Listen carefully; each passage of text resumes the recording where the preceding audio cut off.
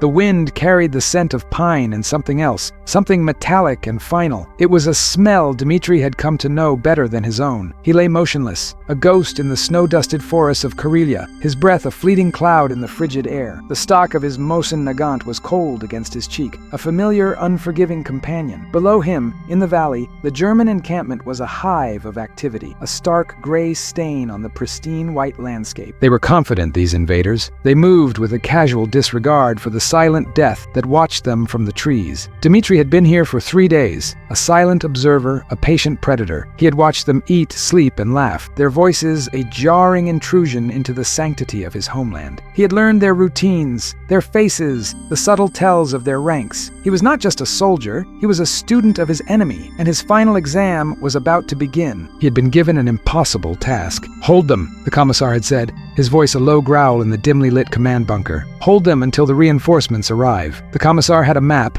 a bottle of vodka, and a grim certainty in his eyes. He didn't say what would happen if the reinforcements didn't arrive. He didn't have to. Dmitri was a hunter from the taiga, a man who understood the brutal calculus of survival. He knew what it meant to be alone, to be outnumbered, to be the last line of defense. He had been given a rifle, a handful of ammunition, and a week to stop a German battalion, a week to become a legend or a ghost. Dmitri adjusted the scope of his rifle, the world shrinking to a small, clear circle. In that circle, a German officer was lighting a cigarette, his face illuminated for a brief, fatal moment. He was young, with a boyish face that had no place in this war. He was someone's son, someone's brother, someone's love. Dmitri felt a familiar pang of something that was not quite remorse, but a deep, aching sorrow for the world that had brought them to this moment. He took a slow, steady breath, the cold air burning his lungs. He let it out, his finger tightening on the trigger. The forest held its breath with him. The shot was a sharp, clean crack, a sound that was both the beginning and the end. The officer fell, the cigarette a tiny glowing ember in the snow. The hive was stirred. The hunt had begun. For the next 7 days, Dmitri was not a man. He was a force of nature, a whisper in the trees, a phantom in the snow. He moved with the silence of a wolf, his senses honed to a razor's edge. He ate when he could, slept when he dared, and killed with a chilling efficiency. He was a ghost with a rifle, and the German encampment was his hunting ground. He would strike at dawn, when the first rays of sun pierced the morning mist, and at dusk, when the shadows grew long and the world was bathed in a soft gray light. He would pick off sentries, officers, radio operators, anyone who seemed important, anyone who could rally the others. He was a surgeon with a scalpel of lead, and he was cutting the heart out of the German battalion. The Germans were not fools. They were soldiers, and they knew they were being hunted. They sent out patrols. They set up ambushes. They called in artillery. But Dmitri was always one step ahead. He knew the forest as if it were an extension of his own body. He knew its secrets, its hidden paths, its secret places. He was a part of the forest, and the forest was a part of him. He would lead the patrols into traps. He would slip through the ambushes. He would disappear into the trees when the artillery shells began to fall. He was a ghost, and they were hunting a ghost. On the 4th day, they sent a sniper after him, a professional, a man with a reputation. Dmitri felt the change in the air, the subtle shift in the rhythm of the forest. He knew he was no longer the only hunter. He was now the hunted. The game had changed. It was no longer a matter of picking off targets of opportunity. It was now a duel, a battle of wits and wills, a deadly game of cat and mouse. He saw the glint of the other sniper's scope, a tiny, fleeting spark of light in the distance. He felt the other man's presence, a cold, calculating intelligence that mirrored his own. He knew this would be his greatest test. He knew that only one of them would walk away from this. He spent the next 2 days in a silent, deadly dance with the German sniper. They stalked each other through the forest, each trying to gain the upper hand, each looking for the slightest mistake, the slightest opening. Dmitri used every trick he had learned in the taiga, every lesson he had learned in the war. He set up decoys, he created false trails, he used the sun and the wind to his advantage. He was patient, he was cunning, he was relentless. He knew that the first mistake would be the last. On the 6th day, he found his opening. The German sniper, frustrated and overconfident, made a fatal error. He exposed himself for a fraction of a second, a fleeting moment of carelessness. It was all Dmitri needed. The shot was perfect, a clean, precise strike that ended the duel. Dmitri felt no triumph, no satisfaction. He felt only a profound sense of loss, a deep,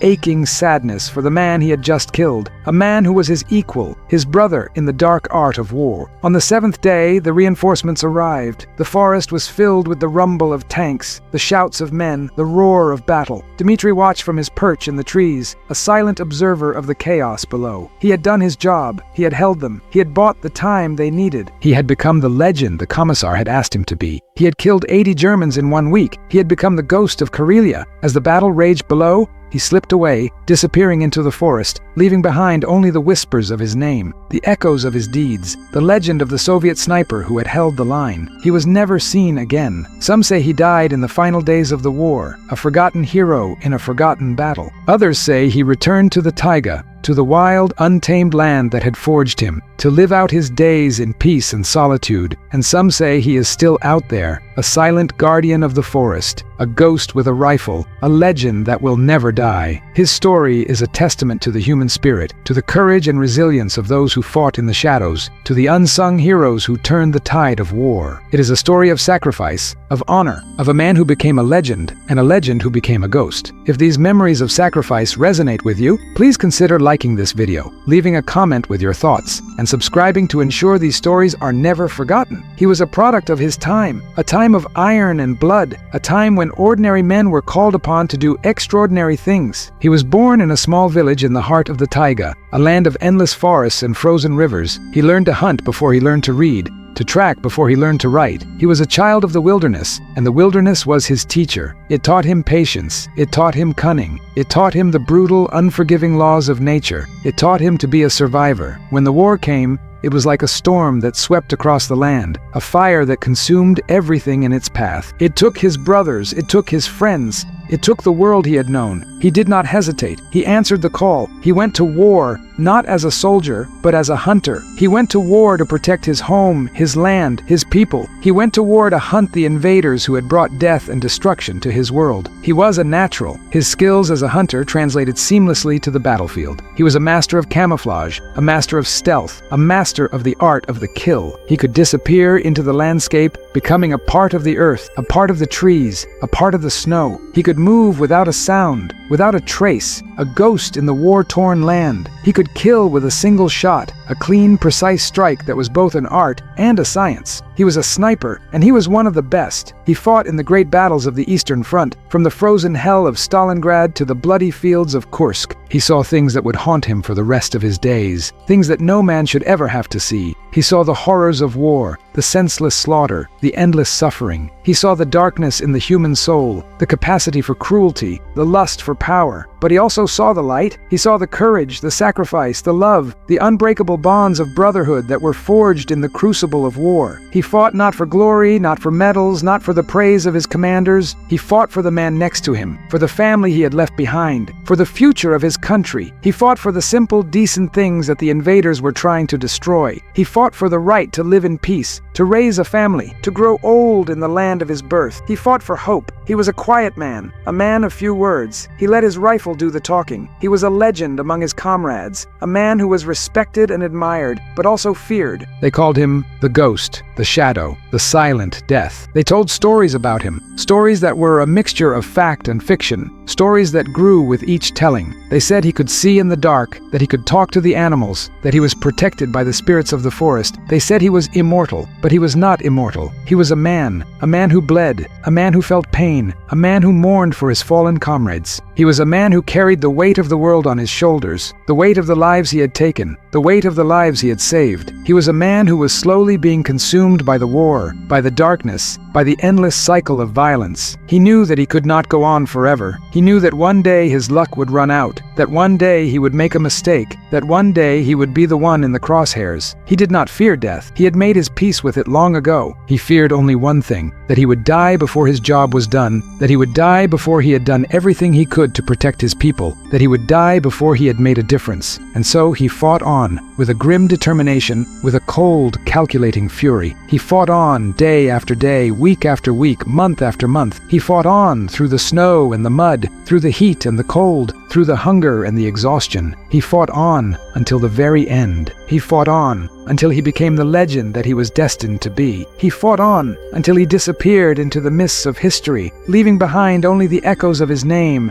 the whispers of his deeds, the legend of the Soviet sniper who had become a ghost. The legend of Dmitri, the ghost of Karelia, was not born in the halls of power or in the pages of newspapers. It was born in the whispers of soldiers, in the stories told around flickering fires, in the grateful prayers of the villagers he saved. It was a legend forged in the crucible of war, a testament to the power of one man to make a difference, to become a symbol of hope in a world consumed by darkness. His story was a reminder that even in the darkest of times, there are those who will rise to the challenge, who will fight for what is right, who will become the heroes that the world needs. His methods were as unconventional as they were effective. He was a master of psychological warfare, using the forest itself as a weapon. He would leave signs for the Germans to find: a single feather placed on the chest of a dead sentry, a twig doll hanging from a tree branch, a series of strange, whistling calls that echoed through the trees at night. He wanted them to know that they were not alone, that they were being watched, that they were being hunted by something that was not quite human. He wanted them to be afraid, to be constantly on edge, to be so consumed by fear that they would make mistakes. And they did. They made many mistakes. He was a master of improvisation, using whatever he could find to his advantage. He would use a broken piece of mirror to reflect the sun into the eyes of a German machine gunner, blinding him for a crucial second. He would use a handful of dry leaves to create a diversion, drawing the attention of a patrol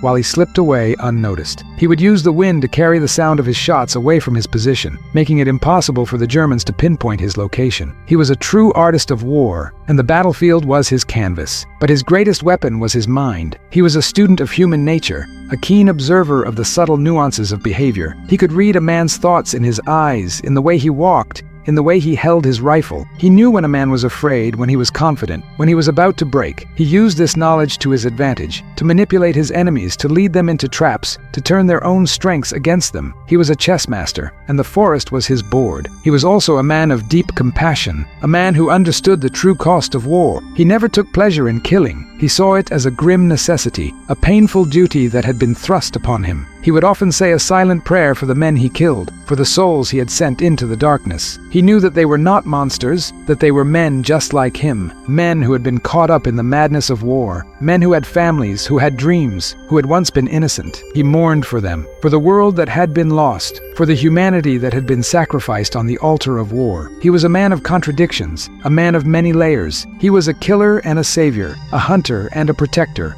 a ghost and a man. He was a symbol of the brutal, unforgiving nature of war, and a symbol of the enduring power of the human spirit. He was a legend, and he was real. He was the ghost of Karelia, and his story will never be forgotten. If these memories of sacrifice resonate with you, please consider liking this video, leaving a comment with your thoughts, and subscribing to ensure these stories are never forgotten. After the war, the world tried to forget. The scars of the conflict were too deep, the memories too painful. The world moved on, embracing a new era of peace and prosperity. But for those who had fought, for those who had seen the darkness, the war never truly ended. It lived on in their minds, in their dreams, in the ghosts that haunted their waking hours. For them, the war was a part of who they were, a part of their story, a part of their soul. Dmitri was one of those who could not forget. He had seen too much, done too much, lost too much. He had become a ghost in his own life, a man who was haunted by the past, a man who could not find his place in the new world. He tried to return to his old life, to the taiga, to the wilderness that had once been his home. But the wilderness had changed, or perhaps he had changed. The silence of the forest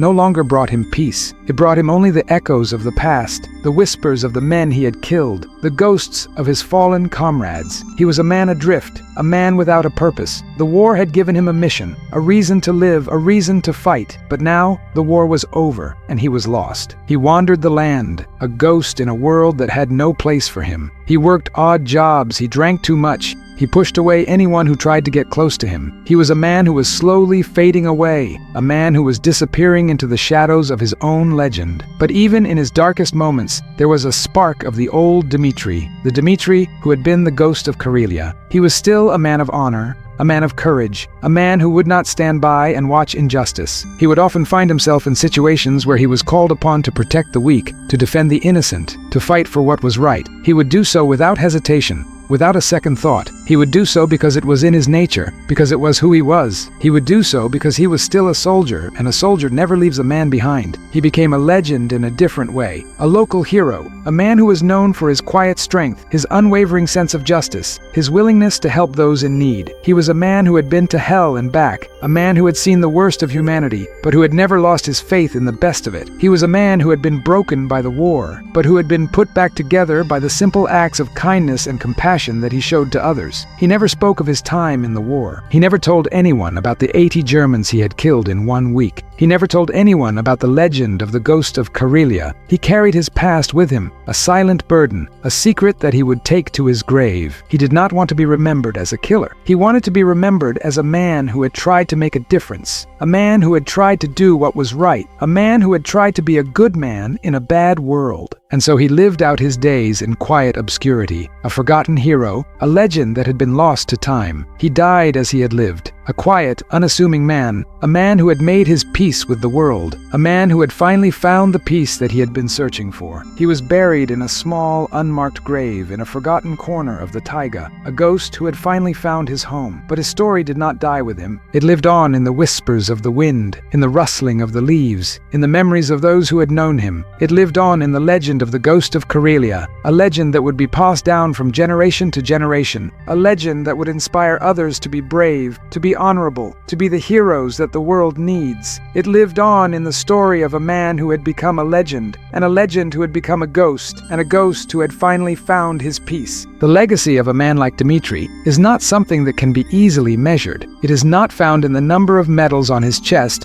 or in the monuments built in his honor. It is found in the lives he touched, in the people he saved, in the hope he inspired. It is found in the stories that are told about him, in the legends that are passed down through the generations. It is found in the hearts of those who remember him, not as a killer, but as a hero. His story is a reminder that the true measure of a man is not what he does in times of comfort and convenience, but what he does in times of challenge and controversy. It is a reminder that even in the face of overwhelming odds, one man can make a difference. It is a reminder that the human spirit is the most powerful weapon of all. Dmitri was a man who was forged in the fires of war, a man who was shaped by the brutal realities of the Eastern Front. He was a man who had seen the best and the worst of humanity, a man who had walked through the valley of the shadow of death and had come out the other side. He was a man who had been tested to his limits and had not been found wanting. He was a man who had earned his place in the pantheon of heroes, but he was also a man who was haunted by his past, a man who could never escape the ghosts of the men he had killed. He was a man who carried the weight of his actions with him every day, a man who was forever changed by the war. He was a man who had paid a heavy price for his heroism, a price that could not be measured in medals or in glory. His story is a cautionary tale, a reminder of the true cost of war. It is a reminder that there are no winners in war, only losers. It is a reminder that the scars of war are not always visible, that they are often carried in the hearts and minds of those who have fought. It is a reminder that the greatest casualties of war are not always the ones who die, but the ones who survive. Dmitri was a survivor, but he was also a casualty. He was a hero, but he was also a victim. He was a legend, but he was also a man. His story is a complex and multifaceted one, a story that is full of contradictions and paradoxes. It is a story that is not easily understood, a story that does not offer any easy answers. It is a story that will stay with you long after you have heard it, a story that will make you think, a story that will make you feel. If these memories of sacrifice resonate with you, please consider liking this video, leaving a comment with your thoughts, and subscribing to ensure these stories are never forgotten. In the years that followed the war, many tried to find him. Journalists, historians, filmmakers,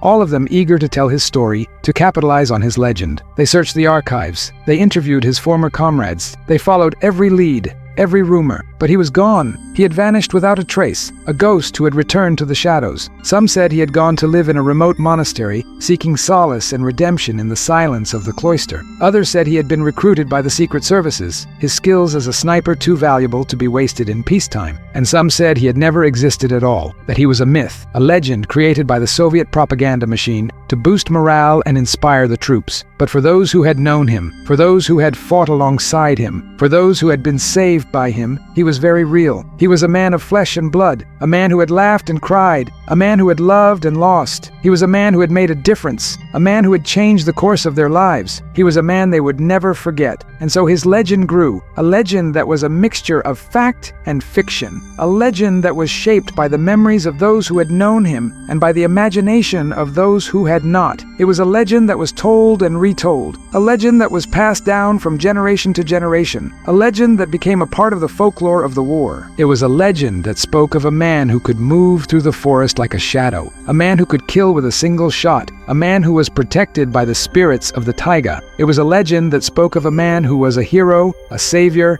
a guardian angel. It was a legend that spoke of a man who was a ghost, a phantom, a whisper in the wind. It was a legend that was a testament to the enduring power of the human spirit, a testament to the courage and resilience of those who fight for what is right. It was a legend that was a reminder that even in the darkest of times there is always hope. It was a legend that was a tribute to a man who had become a legend, and a legend who had become a ghost, and a ghost who had become a symbol of the unbreakable will of a nation. And so, the story of Dmitri, the ghost of Karelia, lives on. It lives on in the hearts and minds of those who remember him. It lives on in the legends that are told about him. It lives on in the history of a war that changed the world. It lives on as a reminder of the sacrifices that were made, of the courage that was shown, of the heroes who were forged in the fires of war. It lives on as a testament to the man who became a legend, and the legend that will never die. The war was a machine, a monstrous, insatiable machine that devoured men and machines with equal indifference. It was a machine that ran on blood and steel, on fear and hatred, on the shattered dreams of a generation. Dmitri was a cog in that machine, a small, insignificant part of a vast, complex mechanism. But he was a cog that had a purpose, a cog that had a will of its own. He was a cog that was determined to break the machine, to bring it to a grinding halt, to silence its deafening roar. He fought with a cold, calculated fury, a fury that was born of love, not of hate. He fought for the love of his country, for the love of his people, for the love of the world that he had known before the war. He fought for the memory of his fallen brothers, for the memory of his lost friends, for the memory of a time when the world was not a battlefield. He fought for the future, for a future where his children could grow up in a world without war, a world without fear, a world without hatred. He was a man who was driven by a deep sense of duty, a man who believed that he had a sacred obligation to protect his people, to defend his homeland, to fight for what was right. He was a man who was willing to sacrifice everything, his life, his happiness, his very soul, for the sake of that duty. He was a man who was a true patriot, a man who loved his country with a fierce, unwavering passion. But he was also a man who was deeply troubled by the war, a man who was tormented by the things he had seen, by the things he had done. He was a man who was haunted by the ghosts of the men he had killed, by the memory of their faces, by the sound of their last breaths. He was a man who was at war with himself, a man who was struggling to reconcile the man he was with the man he had become. He was a man who was walking a tightrope,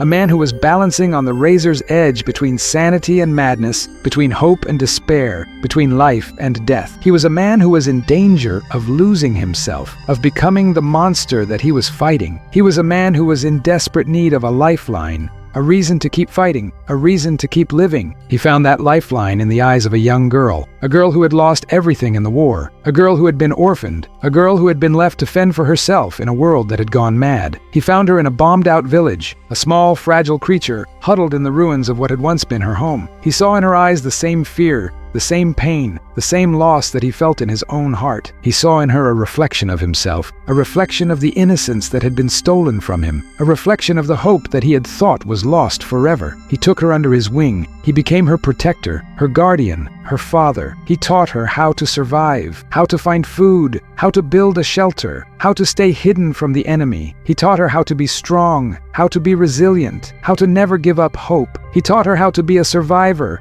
just as the taiga had taught him. She, in turn, taught him how to be human again. She taught him how to laugh, how to play, how to love. She taught him how to see the beauty in the world again, the beauty that he had thought was lost forever. She taught him how to find joy in the simple things, in the warmth of the sun, in the song of a bird, in the kindness of a stranger. She taught him how to live again. She was his lifeline, his anchor, his reason to keep fighting. She was the light in his darkness. the hope in his despair, the life in his death. She was the one thing that kept him from falling into the abyss, the one thing that kept him from becoming the monster that he was fighting. She was his salvation. If these memories of sacrifice resonate with you, please consider liking this video, leaving a comment with your thoughts, and subscribing to ensure these stories are never forgotten. Together, they were a strange and unlikely family, a ghost and a child, a killer and a healer, a warrior and a peacemaker. They were two broken souls who had found each other in the ruins of a broken world, two lost souls who had found a home in each other's hearts. They were a testament to the enduring power of love, the power of love to heal, to redeem, to make whole again. They traveled together through the war-torn land, a ghost and a child, a shadow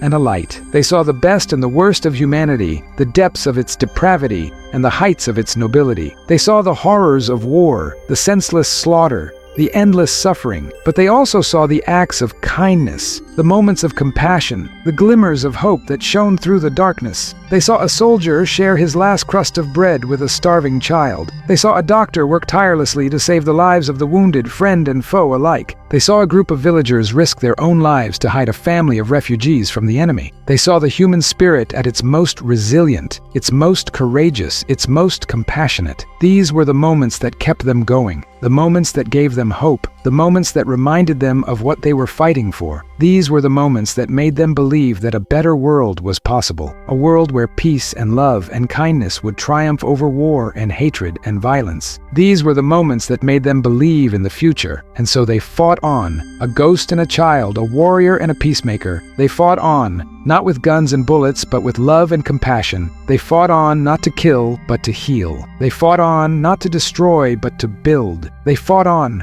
for a better world, for a better future, for a time when the ghosts of war would finally be laid to rest. They were a small, insignificant force in the grand scheme of the war, a tiny flicker of light in a vast, all-consuming darkness. But they were a force nonetheless, a force that was making a difference, a force that was changing the world, one small act of kindness at a time. They were a force that was proving that even in the darkest of times, love is the most powerful weapon of all. And so the legend of the Ghost of Karelia grew, a legend that was no longer just about a killer, a sniper, a ghost. It was a legend that was also about a healer, a protector, a father. It was a legend that was about a man who had found his humanity in the midst of inhumanity, a man who had found his soul in the midst of soullessness. It was a legend that was about a man who had become a symbol of hope, a symbol of love, a symbol of the enduring power of the human spirit. It was a legend that would be told and retold, a legend that would be passed down from generation to generation, a legend that would inspire others to be brave, to be compassionate, to be the heroes that the world needs. It was a legend that was a testament to the man who had become a legend, and the legend that had become a symbol of the unbreakable will of a nation, and the symbol that had become a beacon of hope for all of humanity. The end of the war came not with a bang, but with a whimper. The monstrous machine that had consumed a generation finally ground to a halt, its gears choked with the blood and tears of millions. A stunned silence fell over the battlefields of Europe, a silence that was more deafening than the roar of 1,000 cannons. The war was over. The world held its breath, unsure of what to do, of what to feel, of what to think. It was a world that had been forever changed, a world that was struggling to come to terms with the horrors it had witnessed, a world that was desperately searching for a way to heal. For Dmitri and the girl, the end of the war was a bittersweet symphony. It was a time of joy and relief, a time of hope and promise, but it was also a time of sadness and loss, a time of reflection and remembrance. They had survived. They had made it through the darkness, but they had lost so much along the way. They had lost their homes, their families, their innocence. They had lost a part of themselves, a part that they would never get back. They stood on a hill overlooking the ruins of what had once been a great city, a city that was now a testament to the destructive power of war. They saw the skeletal remains of buildings, the twisted skeletons of tanks, the endless rows of white crosses that mark the graves of the fallen. They saw the human cost of war, the price of victory, the legacy of hatred. They saw the world that they had inherited, a world that was broken a world that was in desperate need of repair. And in that moment, they made a promise. They made a promise to each other and to the world. They made a promise to never forget. They made a promise to honor the memory of the fallen, to tell their stories, to ensure that their sacrifices were not in vain. They made a promise to dedicate their lives to building a better world, a world where peace and love and kindness would triumph over war and hatred and violence. They made a promise to be the change that they wanted to see in the world. They were a ghost and a child, a warrior and a peacemaker, a killer and a healer. They were two broken souls who had found each other in the ruins of a broken world. They were two lost souls who had found a home in each other's hearts. They were two ordinary people who had been called upon to do extraordinary things. They were two heroes who had helped to save the world. And so they walked away from the ruins of the city, hand in hand, a ghost and a child, a shadow and a light. They walked away from the darkness of the past and into the brightness of the future. They walked away from the world of war and into the world of peace. They walked away from the legend of the ghost of Karelia and into the reality of a new life, a new beginning, a new hope. They disappeared into the mists of history, leaving behind only the echoes of their names, the whispers of their deeds, the legend of a man who had become a ghost, and a ghost who had become a symbol of the unbreakable will of a nation, and a symbol that had become a beacon of hope for all of humanity. They were gone, but they were not forgotten. Their story would live on, a story that would be told and retold, a story that would be passed down from generation to generation, a story that would inspire others to be brave, to be compassionate, to be the heroes that the world needs. Their story would live on, a testament to the enduring power of the human spirit, a testament to the triumph of love over hate, of hope over despair, of life over death. If these memories of sacrifice resonate with you, please consider liking this video, leaving a comment with your thoughts, and subscribing to ensure these stories are never forgotten. The years turned into decades. The world healed. It rebuilt. It moved on. The war became a distant memory, a chapter in a history book, a story told by old men with faraway eyes. The ghost of Karelia became a footnote, a half-remembered myth from a forgotten time. But for some, the story never ended. For some, the search for Dmitri continued. A young historian, driven by a lifelong fascination with the war's unsung heroes, stumbled upon the legend. He found fragments of the story in old military archives, in the letters of soldiers, in the diaries of those who had lived through the terror of the Eastern Front. He pieced together the puzzle, separating fact from fiction, truth from myth. He followed the trail of the ghost, a trail that had grown cold over the years, a trail that led him across a continent and into the heart of the vast, wild taiga. He found a small, isolated village, a place that time seemed to have forgotten. He found an old woman with eyes that held the wisdom of 1,000 years. She was the girl, the child who had been saved by the ghost. She was the keeper of the flame, the guardian of the legend. She had lived a long and full life, a life dedicated to the promise she had made on that hill overlooking the ruined city. She had become a teacher, a healer, a leader in her community. She had become the change that she wanted to see in the world. She told the historian the full story, the true story of the ghost of Karelia. She told him about the man, not the myth. She told him about his kindness, his courage, his compassion. She told him about his pain, his struggles, his demons. She told him about the love that had saved them both, the love that had given them the strength to survive, the love that had given them the hope to build a better world. She took him to a quiet spot in the forest, a place of serene beauty, a place of profound peace. There, under the shade of a giant pine tree, was a simple, unmarked grave. It was his grave, the grave of the ghost of Karelia. He had lived out his days in the village, a quiet, unassuming man, a man who had found his peace in the heart of the wilderness that had forged him. He had died as he had lived, a hero who had never sought recognition, a legend who had never wanted to be known. The historian wrote his book. He told the world the true story of Dmitri, the Soviet sniper who had become a legend, and the legend who had become a man. The book was a sensation. It touched the hearts of millions. It reminded the world of the true meaning of heroism, of the true cost of war, of the enduring power of the human spirit. It ensured that the ghost of Karelia would never be forgotten. And so, the legend lives on, not as a myth, but as a true story of a man who made a difference. A story of a man who, in the darkest of times, chose to be a light. A story of a man who, faced with the worst of humanity, chose to embody the best of it. A story of a man who became a ghost, a legend, and finally, an inspiration. A story that reminds us all that within each of us lies the capacity for extraordinary courage, for profound compassion, for a love love that can conquer all. The story of Dmitri, the ghost of Karelia, is not just his story. It is our story. It is the story of the hero that lies within us all. The taiga was a harsh and unforgiving mother,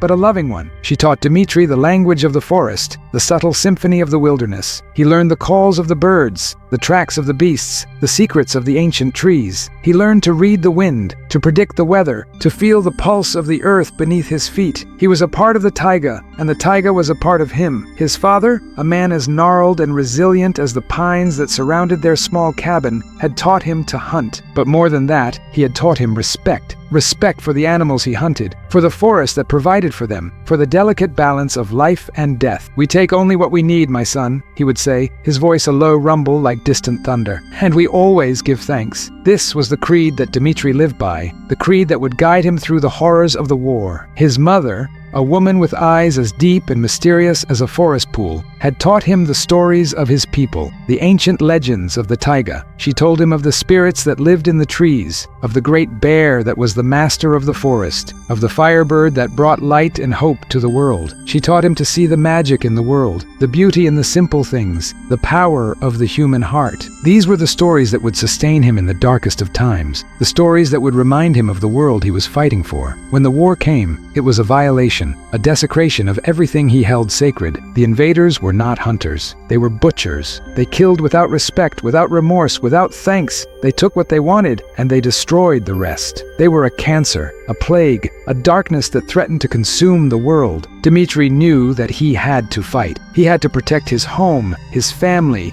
his way of life. He had to become the hunter once more, but this time his prey was man. He joined the Red Army, a boy of 18 with the eyes of an old man. He was sent to a sniper school, where his natural talents were honed to a razor's edge. He learned the science of killing, the mathematics of death. He learned to calculate the wind, the distance, the drop of the bullet. He learned to become a machine, a cold, efficient killing machine. But he never forgot the lessons of his father. He never forgot to respect his enemy, to see the humanity in the men he was tasked to kill. He never forgot to give thanks, not to the spirits of the forest, but to the God of his mother, the God of love and mercy. His first kill was a moment that would be seared into his memory forever. It was a young German soldier, no older than himself, with a face full of fear and confusion. He was a boy, not a monster. He was a son, a brother, a human being. Dmitri hesitated for a moment, his finger trembling on the trigger. He saw his own reflection in the boy's eyes. He saw the same fear, the same confusion, the same question. Why? But then he remembered the words of his commissar, the grim certainty in his eyes. He remembered the faces of the dead, the ruins of the villages, the tears of the women and children. He remembered why he was here. He took a breath, he steadied his hand, and he fired. The boy fell. The world went silent. Dmitri felt a part of himself die with him. He became a ghost, a phantom,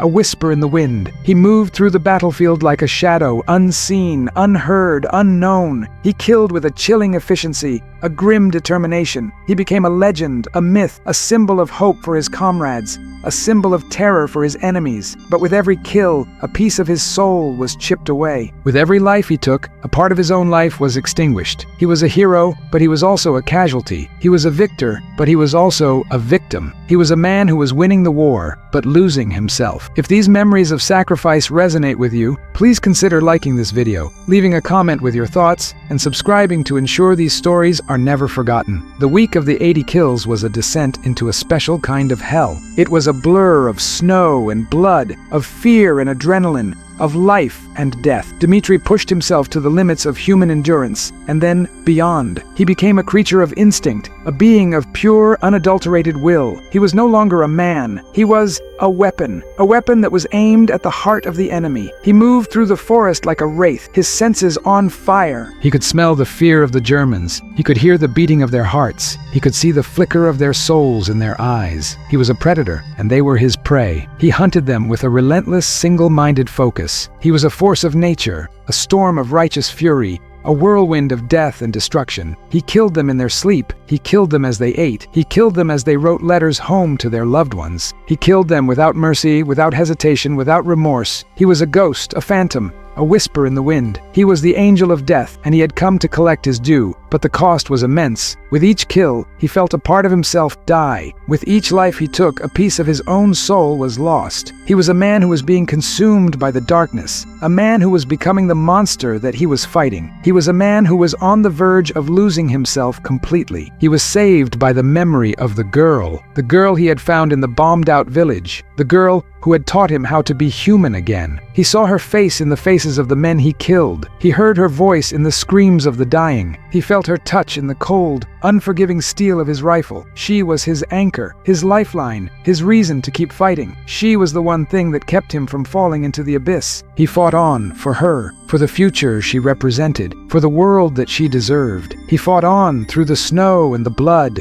through the fear and the pain, through the darkness and the despair. He fought on until the reinforcements arrived, until the battle was won, until the legend of the Ghost of Karelia was born. He had killed 80 Germans in 1 week. He had become a hero. He had saved his country, but he had also lost himself. He was a man who was broken, a man who was haunted, a man who was forever changed by the war. He was a man who had paid the ultimate price for his heroism. He was a man who had become a ghost, a legend, a whisper in the wind, a whisper that would echo through the ages, a testament to the true cost of war, to the enduring power of the human spirit, to the man who had become a legend, and the legend that would never die. The journey to find peace was longer and more arduous than any campaign Dmitri had ever fought. The silence of the post-war world was a different kind of quiet than the one he had known in the forest. It was an empty silence, a void that echoed with the ghosts of the fallen. He and the girl, whose name was Anya, traveled east, away from the scarred heart of Europe, seeking the solace of the vast, untamed lands of his birth. Anya, with the resilience of youth, began to heal. The haunted look in her eyes was slowly replaced by a spark of curiosity, her nightmares soothed by the steady presence of the quiet man who had become her entire world. She was a wildflower blooming in the cracks of a ruined civilization, a testament to life's stubborn refusal to be extinguished. Dmitri, however, found his own healing to be a far more elusive quarry. He had spent years becoming a weapon, and he did not know how to be anything else. The skills that had kept him alive in the war were useless in this new world of peace. He could track a deer for days, but he could not navigate the simple complexities of a village market. He could sit motionless for hours,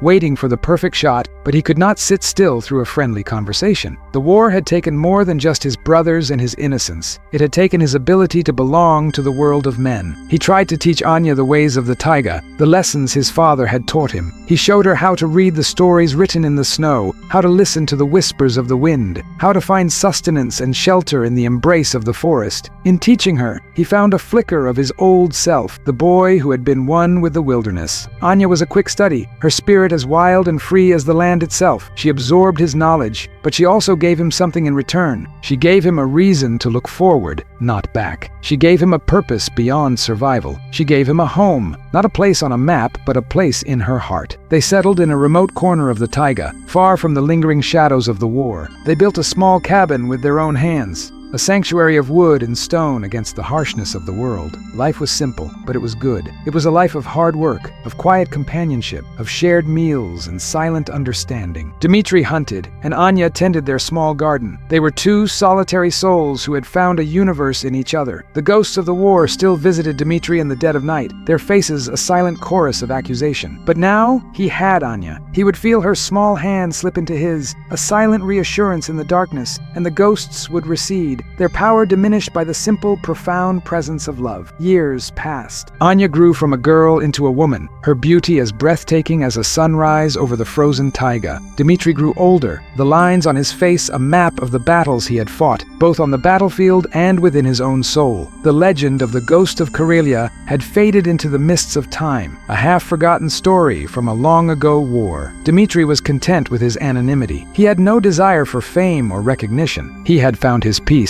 not in the adulation of the world, but in the quiet love of the woman he had saved, the woman who had, in turn, saved him. If these memories of sacrifice resonate with you, please consider liking this video, leaving a comment with your thoughts, and subscribing to ensure these stories are never forgotten. One day, a stranger came to their village. He was a young man with a notebook and a relentless curiosity. He was the historian, the one who was chasing the ghost. He had followed the faintest of trails, the whispers of a legend, to this remote corner of the world. He found Anya first, first, he saw the story in her eyes, the story of a girl who had seen too much, a girl who had been saved by a miracle. He asked her about the war, about the legends, about the ghost of Karelia. Anya was hesitant at first. The past was a place she rarely visited. But she saw the sincerity in the young man's eyes, the genuine desire to understand, to honor the memory of those who had fought. She saw an opportunity to fulfill the promise she had made on that hill, overlooking the ruined city. She saw a chance to tell the true story of the man who had saved her, the man who had become her father, her friend, her everything. She led him to the cabin, to the quiet man who sat by the fire, his hands carving a small wooden bird. Dmitri looked up, his eyes as clear and sharp as they had been in the war. He saw the notebook, he saw the questions in the young man's eyes, and he knew that the past had finally caught up with him. He had spent a lifetime running from the ghost, and now the ghost was sitting at his hearth. He did not speak at first. He listened as Anya told their story, her voice a soft, steady melody against the crackling of the fire. She spoke of the horrors of the war, of the loss, of the despair. But she also spoke of the hope, of the courage, of the love that had bloomed in the midst of the darkness. She spoke of the man who had been a killer, but who had also been a savior. She spoke of the man who had been a ghost, but who had also been a father. When she was finished, a long silence filled the small cabin. The young historian looked at Dmitri, his eyes full of awe and respect. He had found his ghost, but he had also found something more. He had found a man who had been to hell and back, a man who had been broken and remade, a man who had found his redemption not in the glory of battle, but in the quiet love of a child. Dmitri finally spoke, his voice a low rumble like the shifting of the earth. He did not speak of the 80 kills. He did not speak of the legend. He spoke of the girl. He spoke of her courage, her resilience, her unwavering hope. He spoke of how she had saved him, how she had taught him to be human again, how she had given him a reason to live. He spoke of love, the only thing that had truly mattered in the end. The historian left the village a changed man. He had come seeking a legend, but he had found a love story. He had come seeking a ghost, but he had found a hero of a different kind. He wrote his book, not as a history of war, but as a testament to the human heart. He told the world the story of Dmitri and Anya, the story of a ghost and a child, the story of a love that had conquered war. And in doing so, he ensured that the true legacy of the ghost of Karelia would never be forgotten. It was not a legacy of death, but a legacy of life. It was not a legacy of hate, but a legacy of love. It was a legacy that reminded the world that even in the darkest of times, the human spirit can and will endure. The book, The Ghost and the Child, became more than just a bestseller. It became a cultural phenomenon, a touchstone for a generation that had grown up in the long shadow of the war. It was translated into dozens of languages, its story resonating with people from all walks of life, from all corners of a world still grappling with the legacy of the conflict. The story of Dmitri and Anya was a universal one, a story of loss and redemption, of despair and hope, of the darkness of war and the enduring light of the human spirit. Schools added it to their curriculum, not as a dry historical text, but as a living lesson in courage, compassion, and the true cost of conflict. It sparked a global conversation about the nature of heroism, challenging the traditional narratives of war that focused on generals and battles, and instead celebrating the quiet, unsung heroes who had fought their own wars in the shadows. Dmitri's story was a powerful reminder that true heroism is not about the number of enemies killed, but about the number of lives touched, the amount of hope inspired. The village in the taiga became a place of pilgrimage. People came from all over the world to see the place where the ghost had found his peace, to walk the forest that had been his sanctuary, to pay their respects at the simple, unmarked grave under the great pine. They came not as tourists, but as seekers, as people who were searching for something that was missing in their own lives, something that they had found in the story of Dmitri and Anya. They came to find hope, to find inspiration, to find a renewed faith in the goodness of humanity. Anya, now a grandmother with a gentle smile and eyes that had seen it all, became the reluctant guardian of the legend. She would greet the visitors with a quiet grace, sharing her story not as a tale of war, but as a story of love. She spoke of Dmitri not as a sniper, but as a father. She spoke of the war not as a time of glory, but as a time of profound sadness. She spoke of peace, not as the absence of war, but as the presence of love. Her words were a powerful antidote to the hatred and division that still plagued the world. She was a living testament to the power of forgiveness, the power of healing, the power of hope. She never married. She would say, with a gentle smile, that her heart had been given to a ghost a long time ago. She had dedicated her life to the promise she had made with Dmitri, the promise to build a better world. She had done so, not on a grand scale, but in the small, everyday acts of kindness and compassion that she showed to everyone she met. She had become a mother to a village, a grandmother to a generation, a symbol of the enduring power of love to triumph over hate. When she passed away peacefully in her sleep, the entire village mourned. But it was not a mourning of sadness, but a celebration of a life well lived. They buried her next to Dmitri, under the great pine, two souls finally reunited in the heart of the forest that had been their sanctuary. There were no grand speeches, no elaborate ceremonies, just the quiet gathering of a community that had been touched by their story, a community that was a living testament to their legacy. The wind whispered through the trees, a gentle lullaby for the ghost and the child who had found their final peace. If these memories of sacrifice resonate with you, please consider liking this video, leaving a comment with your thoughts, and subscribing to ensure these stories are never forgotten. In the end, the story of Dmitri is not a story about war. It is a story about what it means to be human. It is a story about the choices we make in the face of adversity, the paths we choose when we are standing at the crossroads of life and death. It is a story about the power of love to redeem, the power of hope to sustain, the power of the human spirit to endure. Dmitri was a man who was forged in the crucible of war, a man who was shaped by the brutal realities of the Eastern Front. He was a man who had seen the worst of humanity, but who had never lost his faith in the best of it. He was a man who had been broken by the war, but who had been made whole again by the love of a child. He was a man who had become a ghost, a legend, a symbol, but he was also a man who had remained until the very end, a human being. His story is a reminder that the heroes of our world are not always the ones who stand in the spotlight, the ones who wear the medals, the ones who have their names written in the history books. Sometimes, the greatest heroes are the ones who live in the shadows, the ones who fight their battles in silence, the ones who make their sacrifices without any expectation of reward. Sometimes, the greatest heroes are the ones who simply choose to be good in a world that is not. Dmitri was one of those heroes. He was a man who had every reason to hate, but who chose to love. He was a man who had every reason to despair, but who chose to hope. He was a man who had every reason to give up,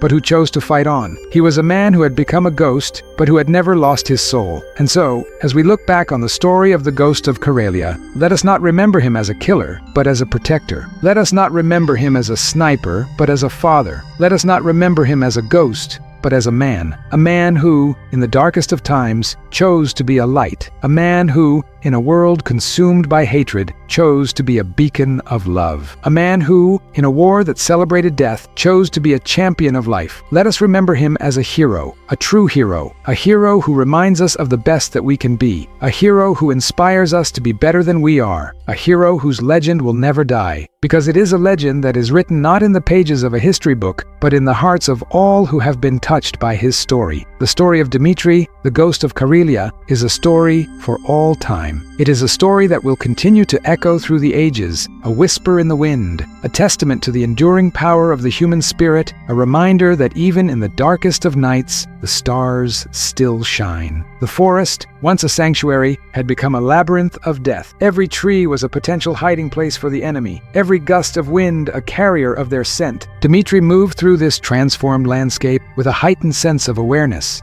his every nerve ending tingling with a mixture of fear and adrenaline. The world had shrunk to the size of his rifle scope, a small, clear circle in which life and death were decided in a fraction of a second. He was a ghost, but a ghost who was being hunted. The Germans, enraged and terrified by the unseen force that was decimating their ranks, had unleashed their own hounds. They were no longer just soldiers, they were hunters, and Dmitri was their prey. He remembered the 5th day of that terrible week with a chilling clarity. The snow had been falling heavily, a thick white curtain that muffled all sound and reduced visibility to a few feet. He had been tracking a group of German soldiers, their dark green uniforms a stark contrast to the pristine white of the forest. He had been careless, overconfident, and he had walked into a trap. The world had exploded around him, a maelstrom of fire and steel. He had thrown himself into a snowdrift, the hot breath of the explosion searing his face. He had been surrounded, outnumbered, and outgunned. He had thought it was the end, but the taiga had not abandoned him. The forest, his mother, his teacher had come to his aid. The heavy snow, which had been his enemy,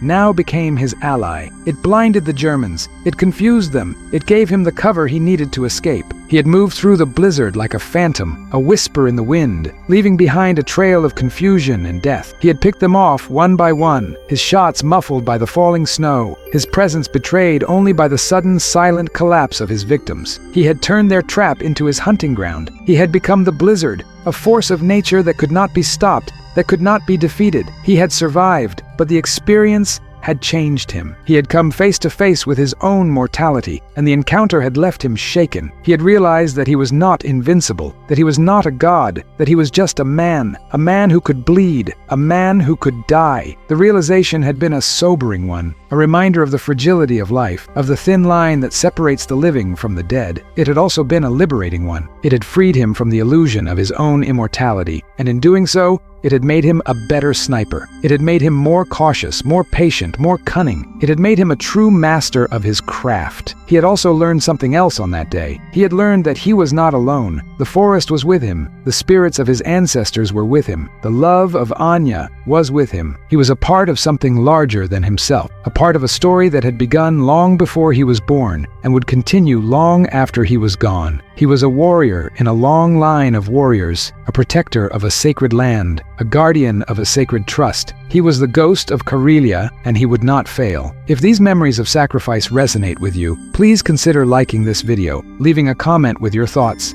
and subscribing to ensure these stories are never forgotten. As the legend of the ghost of Karelia rippled outwards from the battlefields of the Eastern Front, it took on a life of its own, a separate entity from the man who had inspired it. In the desperate calculus of war, a hero, even a reluctant one, was a powerful asset. The Soviet propaganda machine, ever watchful for stories that could galvanize a nation, seized upon the tales of the lone sniper. They embellished his deeds. They magnified his kill count. They transformed the quiet hunter from the taiga into a superhuman symbol of Soviet resistance. His face, or rather a chiseled, idealized version of it, appeared on posters, his story told in breathless radio broadcasts that reached every corner of the vast Union. He became a household name, a figure of inspiration for a people who were being asked to make unimaginable sacrifices. Dmitri, isolated in his world of snow and silence, was oblivious to his own fame. He was not fighting for glory or for the approval of a distant dictator. He was fighting for the patch of earth beneath his feet, for the memory of his brothers,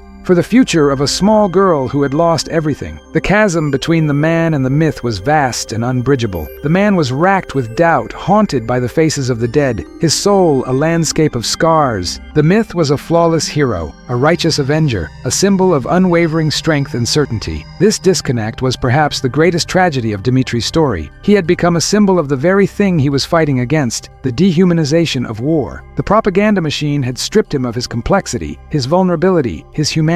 It had turned him into a two-dimensional icon, a tool to be used in the service of the state. He was no longer a man who mourned for the enemies he killed. He was a machine that efficiently dispatched fascists. He was no longer a reluctant hero who was slowly being consumed by the darkness. He was a shining example of Soviet patriotism. The irony was a bitter one. In their attempt to celebrate him, they had erased him. They had replaced the real man, with all his flaws and all his virtues, with a hollow, idealized image. They had stolen his story and rewritten it to fit their own narrative. They had made him a ghost in his own life long before he disappeared into the mists of the taiga. And yet, the myth, for all its falsehoods, had a power of its own. It gave hope to the hopeless. It inspired courage in the fearful. It reminded a nation on the brink of collapse of its own strength, its own resilience, its own unbreakable will. The story of the ghost of Karelia, even in its distorted form, became a part of the collective consciousness, a symbol of the triumph of the human spirit over the forces of darkness. It was a lie, but it was a beautiful lie. It was a lie that helped to win the war. But for Dmitri, the man, the truth was far more complicated. The truth was the weight of the 80 souls he had taken in 1 week. The truth was the scream that was forever trapped in his throat. The truth was the cold, empty space in his heart that had once been filled with innocence. The truth was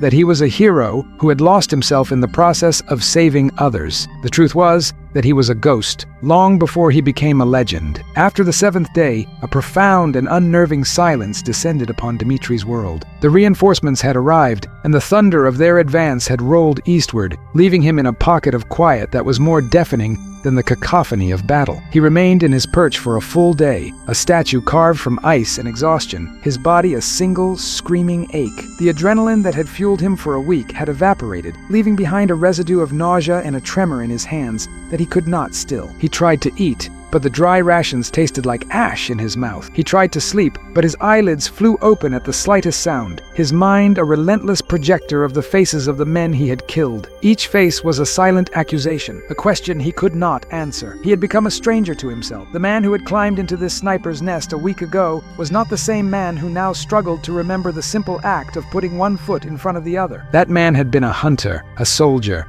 a man with a clear purpose. This new man was a vessel of ghosts, a hollowed-out shell filled with the echoes of death. He had looked into the abyss, and the abyss had looked back into him, and in its cold, empty gaze, he had lost a part of himself that he knew he would never recover. His return to the Soviet lines was met with a strange mixture of awe and fear. His comrades looked at him differently. They saw the legend, the ghost of Karelia, the hero who had single-handedly held off a German battalion. But they also saw the hollowness in his eyes, the unnerving stillness of a man who had walked too far into the darkness. They slapped him on the back, they offered him vodka, they sang his praises, but they kept a subtle distance, as if his proximity to death was a contagion they were afraid of catching. He was a hero, but he was also an omen. He was a symbol of their victory, but also a reminder of its terrible price. The commissar, the man who had sent him on his impossible mission, greeted him with a bare hug and a bottle of the finest vodka. "You have done the motherland a great service, Dmitri," he had boomed, his voice thick with emotion. "You are a true hero of the Soviet Union." He had pinned a medal on Dmitri's chest, a star of red enamel and gold that felt as heavy as a tombstone. Dmitri had said nothing. He had simply stared at the man, his eyes a frozen landscape of unspoken horrors. The commissar's smile had faltered, his boisterous demeanor shrinking under the weight of Dmitri's silence. In that moment, the commissar saw not the hero, but the cost. He saw the man he had broken to achieve his objective. He quickly looked away, his gaze falling to the map on his desk, his voice suddenly brisk and businesslike. "You are granted a week's leave, Sergeant. Rest, recover. The motherland needs you strong." Dmitri had walked away from the command bunker, the medal a cold, alien presence on his chest. He had not felt like a hero. He had felt like a tool that had been used and was now being set aside to be repaired before its next use. He had walked into the forest, the only place where he had ever felt at home, but the forest was no longer a sanctuary. It was a graveyard, and he was its keeper. Meanwhile, on the other side of the front, the legend of the Karjalan Ave, the ghost of Karelia, as the Finns and then the Germans came to call him, had spread like a virus. The official German reports were sanitized, of course,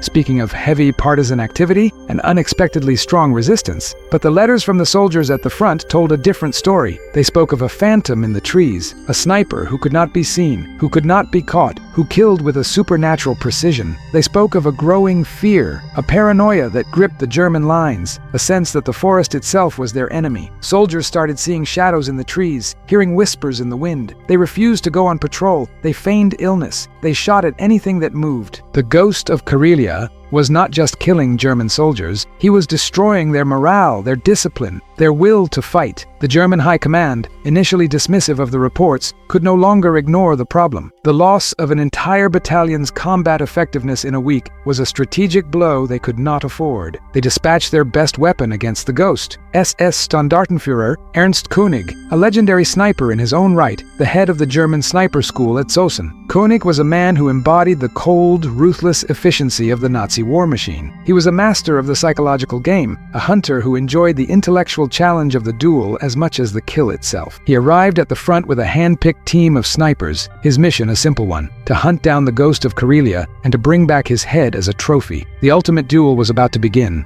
A clash of two legends, a battle for the soul of the forest. If these memories of sacrifice resonate with you, please consider liking this video, leaving a comment with your thoughts, and subscribing to ensure these stories are never forgotten. The arrival of König changed the texture of the war. For Dmitri, the fight had always been impersonal, a grim task of eliminating enemy units on a map. But this was different. This was a duel. The forest, which had been his hunting ground, now became a chessboard, and every move was a matter of life and death. He could feel König's presence, a cold, calculating intelligence that mirrored his own. It was like looking into a distorted mirror and seeing a version of himself stripped of all compassion, all doubt, all humanity. Koenig was the sniper Dmitri could have become, the monster he was fighting not to be. The duel lasted for 3 days, a silent, deadly ballet played out across the snow-covered landscape. It was a battle of wits, of patience, of pure, unadulterated skill. They laid traps for each other. They created elaborate deceptions. They used every trick in the sniper's arsenal. Dmitri would find a decoy, a helmet propped up on a stick,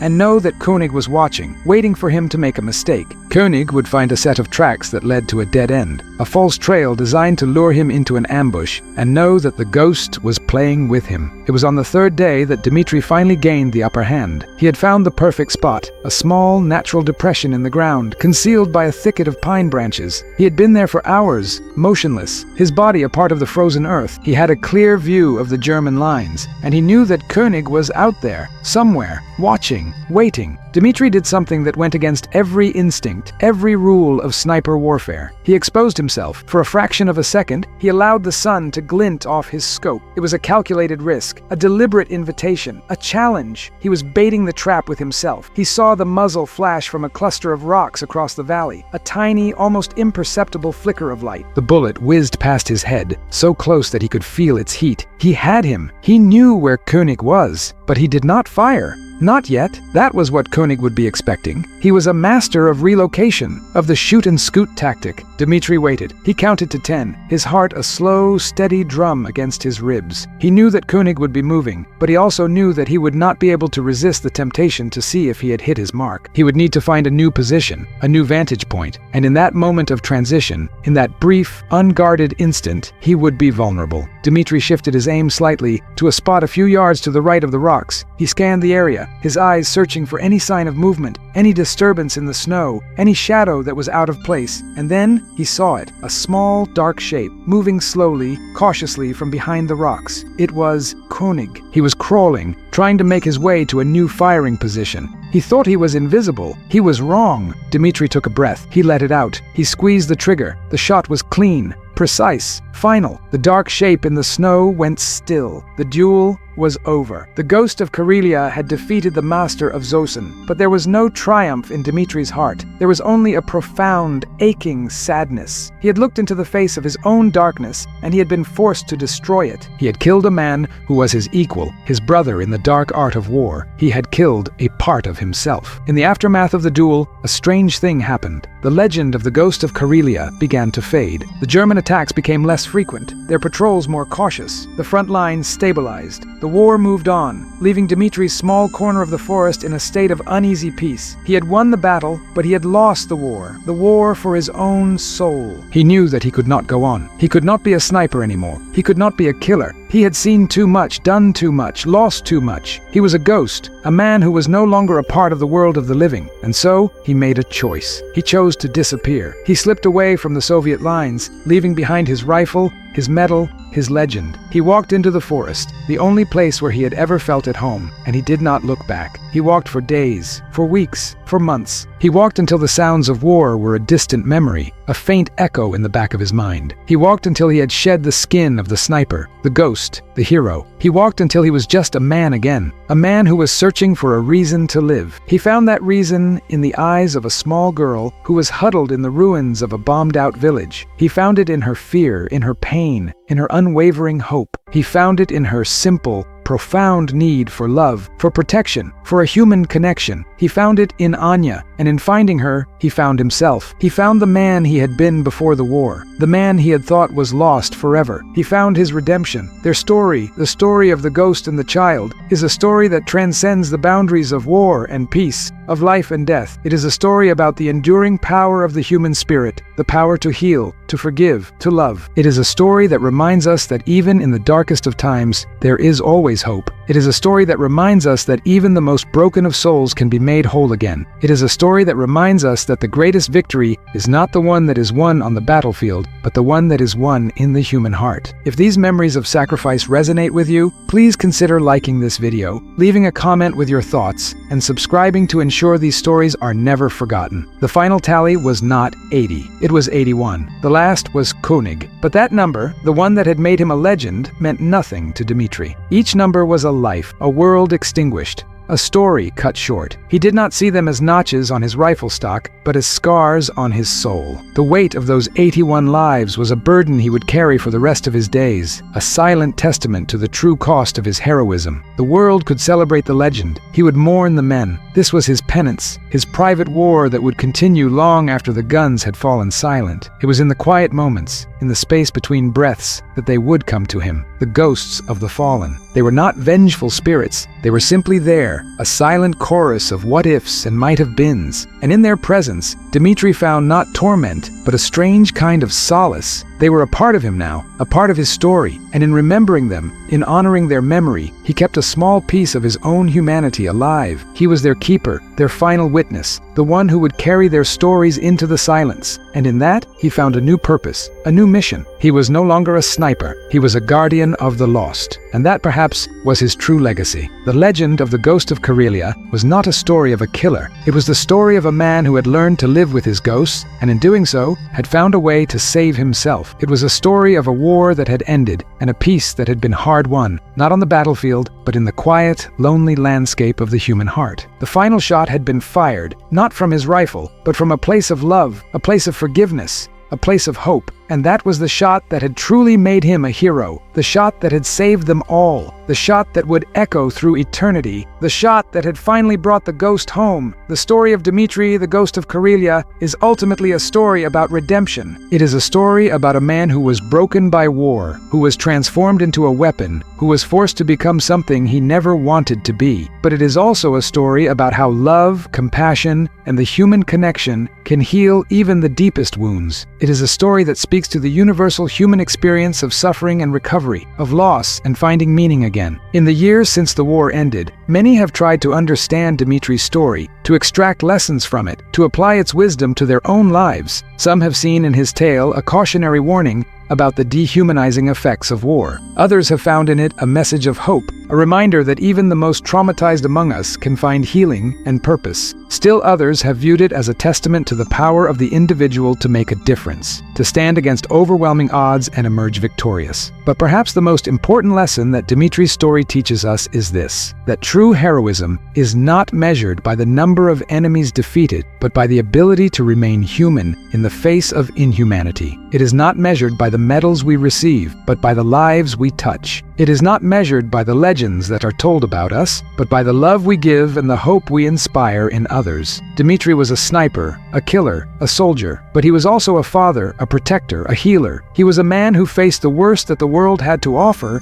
and chose to respond with compassion rather than cruelty. He was a man who, in the midst of a war that celebrated death, chose to celebrate life. He was a man who became a legend not through his prowess as a warrior, but through his capacity to love. His legacy is not confined to the pages of history books or the walls of museums. His legacy lives on in every act of kindness, in every moment of forgiveness, in every choice to be better than the circumstances that surround us. His legacy lives on in the hearts of those who have read his story and been inspired to be more compassionate, more courageous, more human. The Ghost of Karelia is gone now, but his spirit remains. It remains in the forest where he found his peace. It remains in the memories of those who knew him. It remains in the stories that are told about him. And it remains in the hearts of all who have been touched by his tale. A silent reminder that even in the darkest of times, the human spirit can endure, can heal, can love. This is the true legacy of Dmitri, the Ghost of Karelia. Not a legacy of death, but a legacy of life. Not a legacy of hate, but a legacy of love. Not a legend of a killer, but a legend of a man who chose to be a hero in the truest sense of the word. A man who, in the end, saved not just his country, but his own soul.